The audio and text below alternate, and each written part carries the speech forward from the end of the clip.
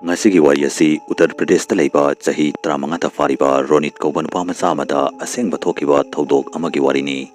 Nongma sandhya ama Ronit mahaki tuition loiraba matungda mayumda chatke haiduna bus stop ta famduna bus ngaiduna leirami. Matang aduda Ronit na ikhang khangudana ahan oiraba nupi ama bus stand aduda kaptuna famduna leiramba uki.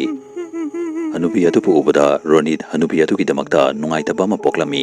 Amadi hanupi aduda miyoibagi minungsi matungina mahaki ising bottle adu piduna ising thaknanaba hairami. Ronit na ising adu pibaga hanupi adu kaplambadagi khanglep lepki. Amadi Ronit ta yamna akiba mongda yenglaga khonjel adu khara chawrapna asumna hairaklami. Nang aiki nupa adu kadaida lei khambra khanglabadi haujimak aingonda hairao hairaktrabadi nang afaba oiroi.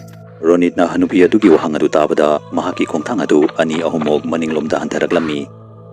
Ronit na hanupi adu angaupi ama oiramgani haiduna khalami.